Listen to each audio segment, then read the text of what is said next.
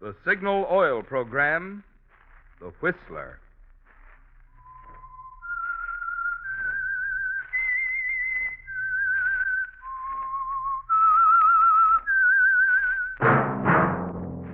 That whistle is your signal for the Signal Oil Program, The Whistler.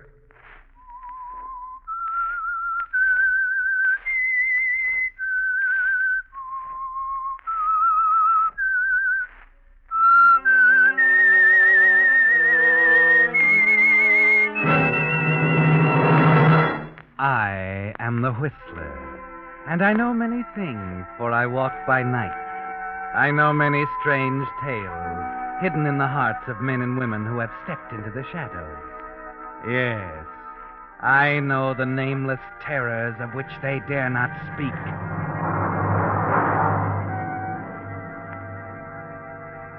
Yes, friends, it's time for the Signal Oil Program, The Whistler. Rated by independent research, the most popular West Coast program. In gasoline, you know, it takes extra quality to go farther. And Signal is the famous Go Farther gasoline. So look for the Signal circle sign in yellow and black that identifies Signal service stations from Canada to Mexico. And now the Whistler's strange story. Safety in numbers.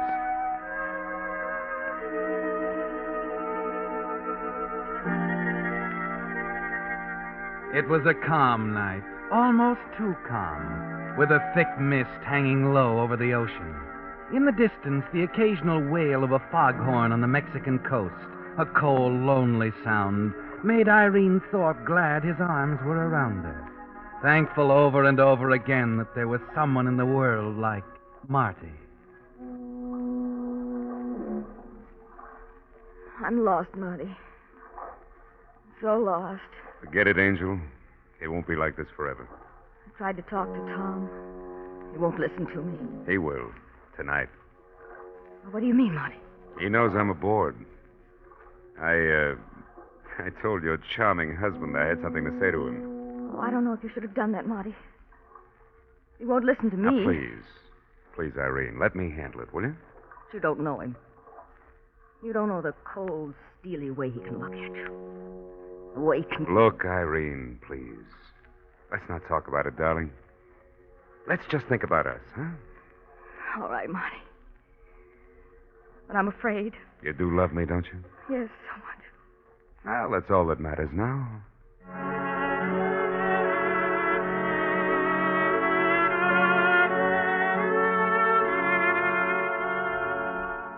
Yes, Irene, you're thankful for Marty Cougar. Thankful that you've had someone to turn to during the long, maddening years since your husband, Tom Thorpe, and his partner, Sam Romano, towed the gambling ship Golden Chance into Mexican waters, anchored it off the seaport town of San Vicente, and had begun to pile up a fortune. A year ago, the money had seemed important.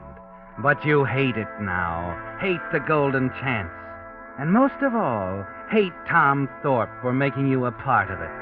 And even as you stand there close to Marty in the blackness at the bow of the vessel, you find it hard to shake the feeling that something is going to happen, that all your hatred is coming to a climax, soon perhaps, even tonight. Marty.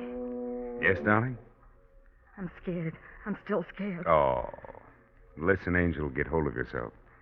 I'll just see Tom. It's not that. It's something else. What? Did you ever feel you could kill someone? Baby. Baby, I don't know what's the matter with you tonight, but that kind of talk is no good. I know it isn't. I can't help it, Marty. I want to kill him. Down inside, I want to kill him. It's not just you and me. It's everything that's happened during the past year. All the secrecy, the whisperings. The way that awful Sam Romano watches me whenever I'm aboard. But Romano's a gambler. All gamblers are suspicious. But it's more than that. Something's happening on this boat. I know it. The money, Marty. Where are they getting all that money? 10 customers, 15, 20 a night. It's not coming from them. It couldn't. Wait a minute. Oh. Senor Cougar? Oh, yes? What do you want? Senor Thorpe. He would like to see you in his office now. Oh? I'll be right with you. Thank you, senor. I would not delay if I were you. It is rather urgent. I'll be back in 10 minutes. Wait for me here, darling. Be careful, Marty. You can't tell what he'll do when you tell him that his wife is in love with you. I'll handle him, baby. Hey, how about one more, huh?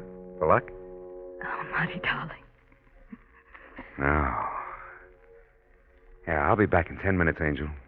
And from here on out, we've got a lifetime together.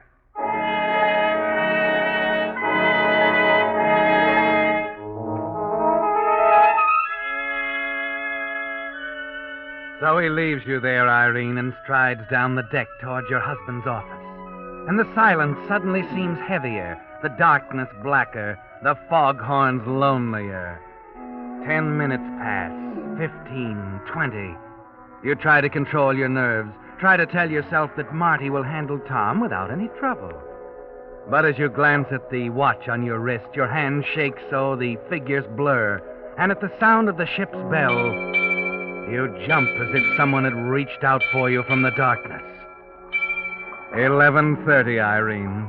Marty has been gone more than a half hour. You can't wait any longer. You won't wait any longer.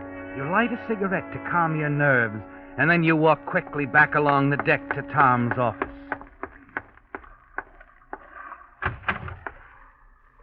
Hello, Irene. Hello, Tom. I was just telling Mama's boy here what a big mistake he's made. Put out that cigarette. I'll do as You hear what please. I said? Put it out. All right, darling. Anything you say. There's no smoking on the ship. You know that? Don't you think it's a little foolish, Thorpe? I didn't ask you, Cougar. Only a suggestion, Bud. Customers might like a smoke once in a while, and from the looks of the gambling rooms, you need customers. Suppose you mind your own business. Oh, you better go to your room, Irene. I'm going to see you later. We're going to settle it right here. It's already settled. I've ordered a boat for Mr. Cougar, my dear, leaving in 10 minutes. From now on, Cougar, you're barred from the ship. He'll come here if I want him to. You hear what I said, Cougar? You're off the ship for good. Is that clear? And what if it isn't? You're liable to wake up on the beach tomorrow morning covered with barnacles. You can't run my life, Tom. I've had all of this I can stand. Oh. So you want to switch onto another track, huh? Well, you won't, baby. You're on this one till the end of the line. Maybe I've got something to say about that. You better go, Marty. All right. But you're coming with me. She's not going anywhere. Come on, Irene. You hear what I said? Sure. But I just don't agree, that's all. You know, I don't like you, Cougar. I'm afraid I'm going to have to mush you up. Marty! I wasn't smart, Thorpe, wasn't I? No. Irene, listen to me. No, don't do it. Irene!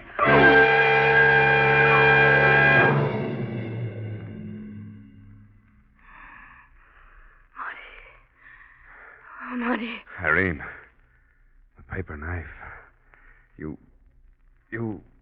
Look at him, Marty. Yeah. I don't know if he... He's dead. Yes. Ah. He's dead. I'm free now. Oh, wait a minute. We've got to think. I'm free. We've got to get him out of here. I'm free. Irene, free. snap out of it. He's gone. I'm free. Irene. Oh. Get hold of yourself. You know what you've done? His boys know he's in here. How do we explain? I'm sorry, Marty. Happened so quickly, Never mind that. Here, now, help me. We got to get him over the side. We'll tell him he fell. They'll find the body. They'll know. We got to take that chance. There's no other way to cover up. Yes. Yes, Marty. Oh, come on. Oh, Thorpe, it's Andy. Irene, good Lord, who's that? Andy. Tom's right-hand man. Stall him. You hear? Tell him just a I minute. don't know what to say. Just a minute, Andy. Marty, what'll we do? The vault. Look, the vault's open. It's big enough. Help me put the body in there. Yes. All right, easy. Wait a minute. Get back. Easy. There. Now. I'll move back from the door so I can close it. That ought to hold him. Mr. Thorpe, this is important. Listen to me. Here's what you do. I stand in the corner by the body. You hear where he can't see me. We're having an argument. You get it? About another girl. Now, you do all the talking, and don't let him inside that door. All right, I'll try. All right, now pull yourself together and go into your act. I don't care, Tom. Makes no difference to me. You want to play around with that cheap little tramp? What is it, Andy? I got to see the boss right away. It's important. Not now, Andy. This can't wait. The electric wiring's gone bad down below. Well, you can talk to him tomorrow. I'll explain to him. Listen, you don't know how important this is. He'd be sore at me I if said I'd explain to him. Do you understand that? Okay, Mrs. Thorpe. Okay, but tomorrow won't do. I'll be back in 20 minutes. Tell him it's about the wiring. Be sure. Yes. I'll tell him. Good girl. We got by with it. But he's coming back. 20 minutes. That's time enough. Now we'll put the body over the side. Come on, let's get this vault open. Yes. What's the matter? How the devil do you work this? Marty. It clicked shut. It's locked. Locked? Well, you know the combination, don't you? No, I don't. What? Nobody but his partner, Sam Romano, knows it. What, you mean we can't open it? Irene, everybody on the ship knows Tom's here in the office. Oh, Marty. What are we going to do?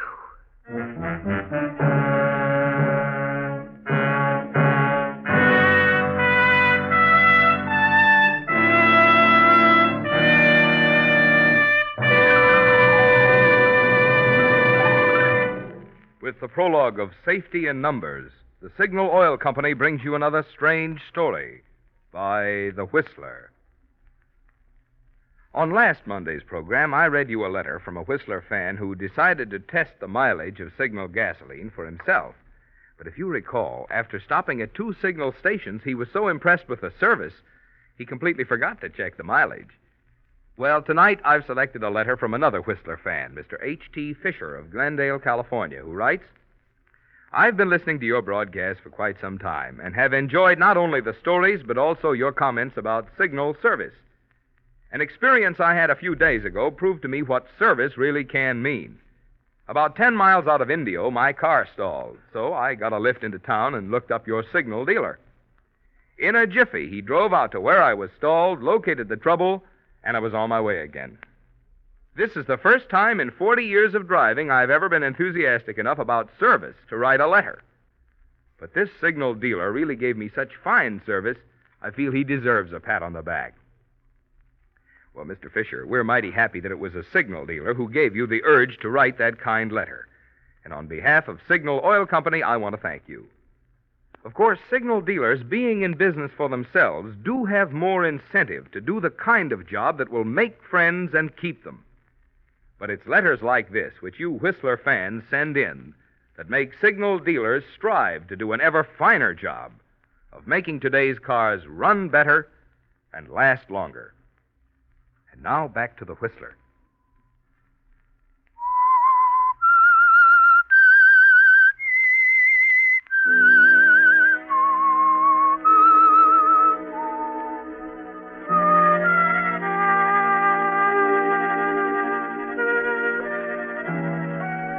It all happened in a flash, didn't it, Irene?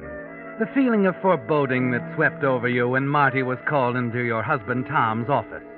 The quarrel, your hand on the knife, and then Tom's body on the floor at your feet. Somehow, all through the past year, you felt that the secrecy, the suspicions, the whisperings aboard the gambling ship Golden Chance would lead to violence. But you didn't quite think it would leave you in a predicament like this. But you have to face it, Irene. Andy, the ship's manager, will be back in 20 minutes, looking for Tom. And Tom's partner, Sam Romano, will be back tomorrow night to open the vault. And you and Marty stand staring at each other, knowing the body is locked fast inside those 3 inches of steel. Irene, listen, darling. Think. You've got to think. That combination must be written down somewhere. Can't you remember seeing it? No, I can't. Wait. What? I remember. Oh? It's on a little yellow card in the safe at home. Oh, a lot of good that does with Andy coming back in 20 minutes. Oh, Marty. It's no use, Irene. We might as well... What's that? Speaker system. Someone's calling Tom. Don't answer it. No, I better. Yes? The boat you ordered, Mr. Thorpe. It is alongside, waiting. What? Oh, all right. Thanks. I'll be right up. Baby, there's our answer to everything. The boat Tom ordered for me. Marty, are you going to track him? Sure. I'll wear his overcoat and his muffler. As far as they know, he's leaving the ship. Now, you carry the ball if we meet anybody. Oh, Marty, Never mind that now. You were a good actress a few minutes ago. You've got to do it again.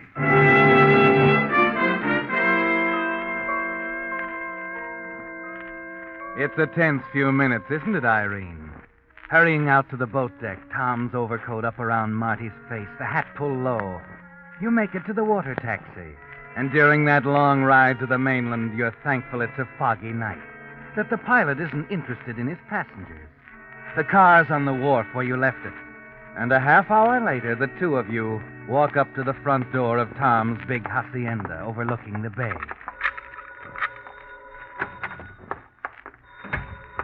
Better answer it. Hello? This is Andy, Mrs. Thorpe. I'm calling from the dock. Listen, Andy. I wish the boss hadn't gone ashore without telling me, Mrs. Thorpe. Put him on, please. Andy, he's left. Left? I just dropped him off at the airport. I put him on a plane for Mexico City. Mexico City? You mean he went away without... Hey, listen, did you tell him about the electric wiring? Yes, I did. He wanted you to take care of it. He was in an awful hurry. Something must have come up, Andy. Yeah, like what? Well, I don't know. He said something about some important business that he had to be there in the morning. It doesn't sound right to me. Well, I can't help how it sounds, Andy. I don't know everything about my husband's business. That's it, Mrs. Thorpe. It's my job to know. Look, for one thing, he left the vault locked. See anything about what I'm supposed to do with tonight's take? It's a lot of dough. Well, he said you could bring the money here. You know what you're saying? That's about $40,000 I got to pay off tonight. Pay off? Hey, skip it. You wait right there, Mrs. Thorpe. I'll bring it over after we shut down. Be there around 3:30 or 4.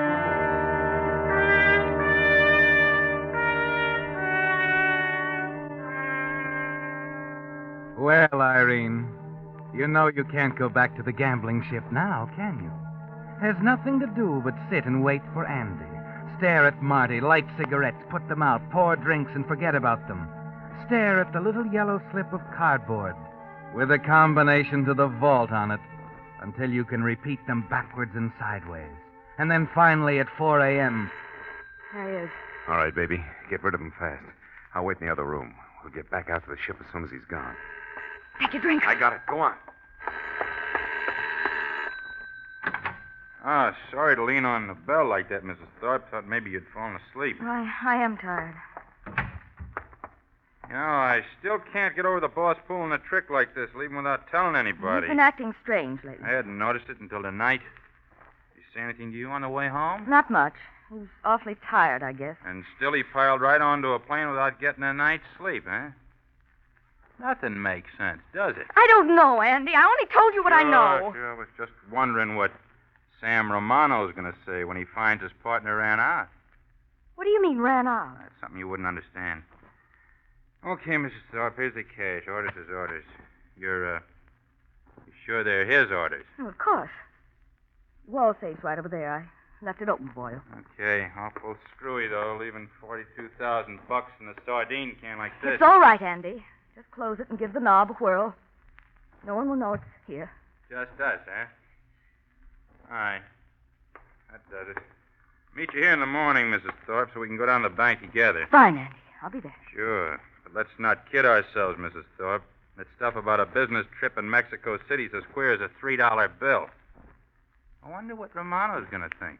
Oh, well, I'm sure he'll understand. And don't worry about the money. No, and don't you. You see, just to be sure, I'm posting a few of the boys outside. They'll stand guard for you, Mrs. Thorpe, so no one can enter or leave the house without being seen. Night. Andy, Yeah? Nothing. Good night. Night. Oh. Marty, did you hear what he said? Yeah. We can't leave the house. We've got to wait. But what about Romano? He's getting in tomorrow night. If we don't get to the vault before he does... We will. Now, look, I was thinking while Andy was here. We've got to slow down, baby. We've been going too fast. Now, we're safe as long as that body's locked in that vault. Safe? Oh, Marty. I know, Angel, I know. We're on a spot, but we're going to make it. You could have walked out on me, Marty. No, baby. I'm with you all the way. Oh, kiss me, Marty. Kiss me. Oh, Marty, maybe you should try to sneak out and get to the ship right now. With Andy's watchdogs around the house? Not a chance. Besides, I'd never get aboard without you. Now, look, darling, just concentrate. Concentrate on playing that bank routine right tomorrow morning. The rest we'll take care of when we come to it.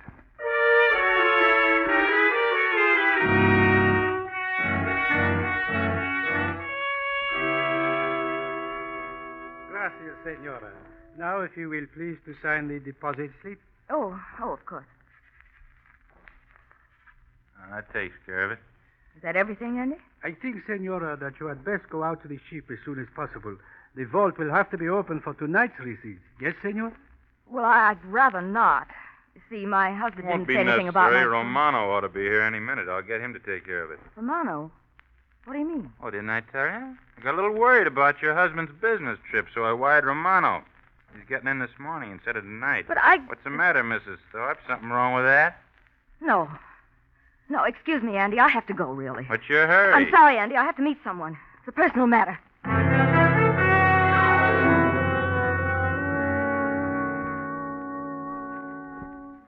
Hello?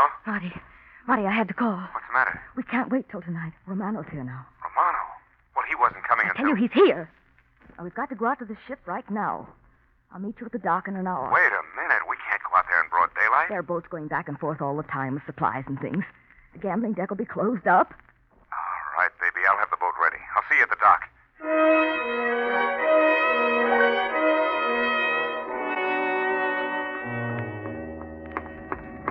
Marty, Irene, I thought something happened to you. I drove as fast as I could. Well, hop in. I'll get the line. Never mind that, senor. What? Marty, You will please turn off the motor and step onto the dock. Wait a minute. What's this all about? Please, senor. You only implicate yourself further when you present arguments to the police. police. Yeah. I guess you were right about Romano. We have discussed the matter at length with Senor Romano. That, of course, is why we must take you into custody. I don't know what you're talking about. I am talking about your husband's unfortunate accident. Now, you will both come without trouble. Yes?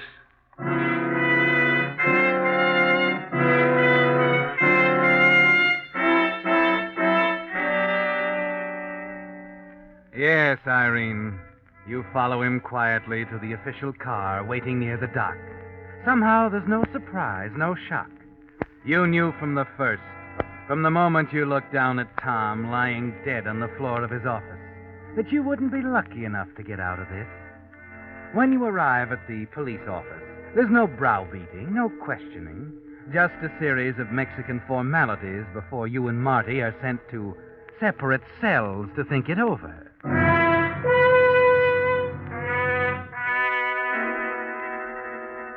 The hours pass slowly, agonizingly. At 7, another polite official brings you your dinner, but you send it back untouched. Lie down and try to sleep. Somehow you manage to drop off for a few more hours. When you open your eyes again, the morning light is streaming in through the window, and the same polite police lieutenant is opening the door to your cell. Buenos dias, senora. What is it now? Did they bring you the newspapers? I know what they say. I don't care anymore. Of course. Perhaps then you would like to give us your side of this unfortunate affair.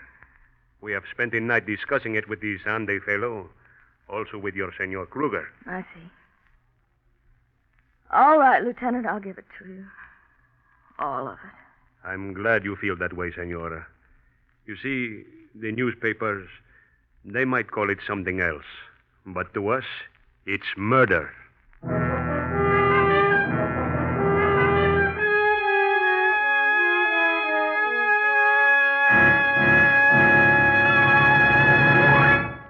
The Whistler will return in just a moment with the strange ending to tonight's story. At the beginning of these programs, you've heard me say in gasoline, it takes extra quality to go farther. And, of course, if you've lived out west any length of time, you know Signal is the famous Go Farther gasoline. But perhaps you're one of those folks who like proof. So I'd like to take just a moment now to explain what those qualities are that make Signal's good mileage possible. Look at it this way. If a gasoline gets extra efficiency from your motor, it naturally helps you get extra mileage, right? Well, when science increased the power of today's Signal gasoline, they also gave you quicker starting, faster pickup, and quieter, higher anti-knock. And it's because of this improved performance that you now go farther than ever with Signal gasoline. That's why Signal says, check your speedometer for the best yardstick of gasoline quality. You'll find it does take extra quality to go farther. And Signal is the famous Go Farther gasoline. Now back to the Whistler.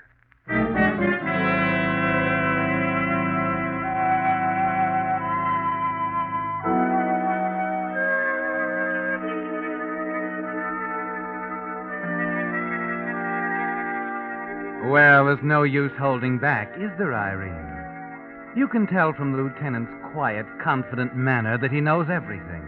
It was a long chance right from the first. From the terrible moment when you and Marty put Tom's body into that vault on the gambling ship. And you know enough about gambling to realize a long shot like that comes through once in a lifetime. So you've lost, Irene. Romano got there first, and you lost. Your hand shakes as you light a cigarette. Your voice trembles a little as you finish telling the lieutenant the story. Well, that is most interesting, Senora. There is so very much more in this case than we realized. What do you mean? And the others gave us a slightly different version. Senor Romano, Andy, your friend Cougar. You know, Senora, the sea holds many secrets. It's unfortunate you did not trouble to look at the newspapers. It might have held yours. I don't understand. I have a paper here. Oh, I'm sorry. I don't read Spanish. Oh.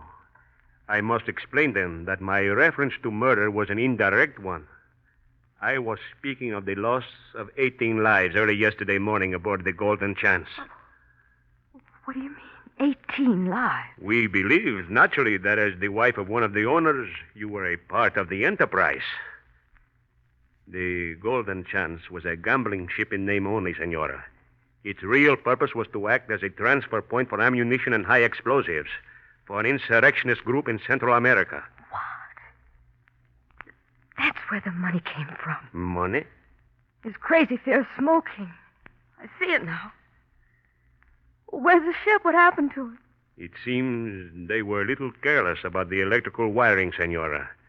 There was an explosion on the Golden Chance. She sank without a trace. The ship sank. The vault with Tom's body. Everything went to the bottom. I am sorry for you, Senora. We pick you up on one charge. Now we must prosecute on another.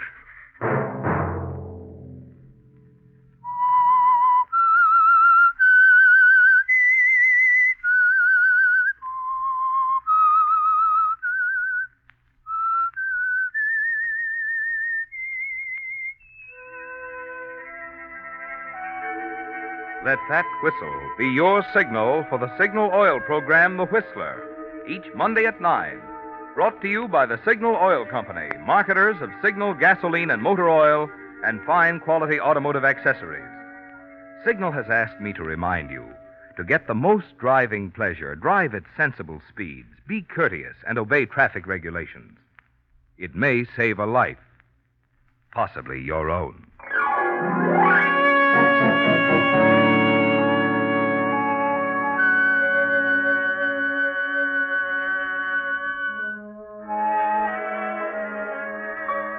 Featured in tonight's story were Irene Thorpe and Gerald Moore. The Whistler was produced by George W. Allen, with story by Brian Thorne, music by Wilbur Hatch, and was transmitted to our troops overseas by the Armed Forces Radio Service. This is Marvin Miller speaking for the Signal Oil Company.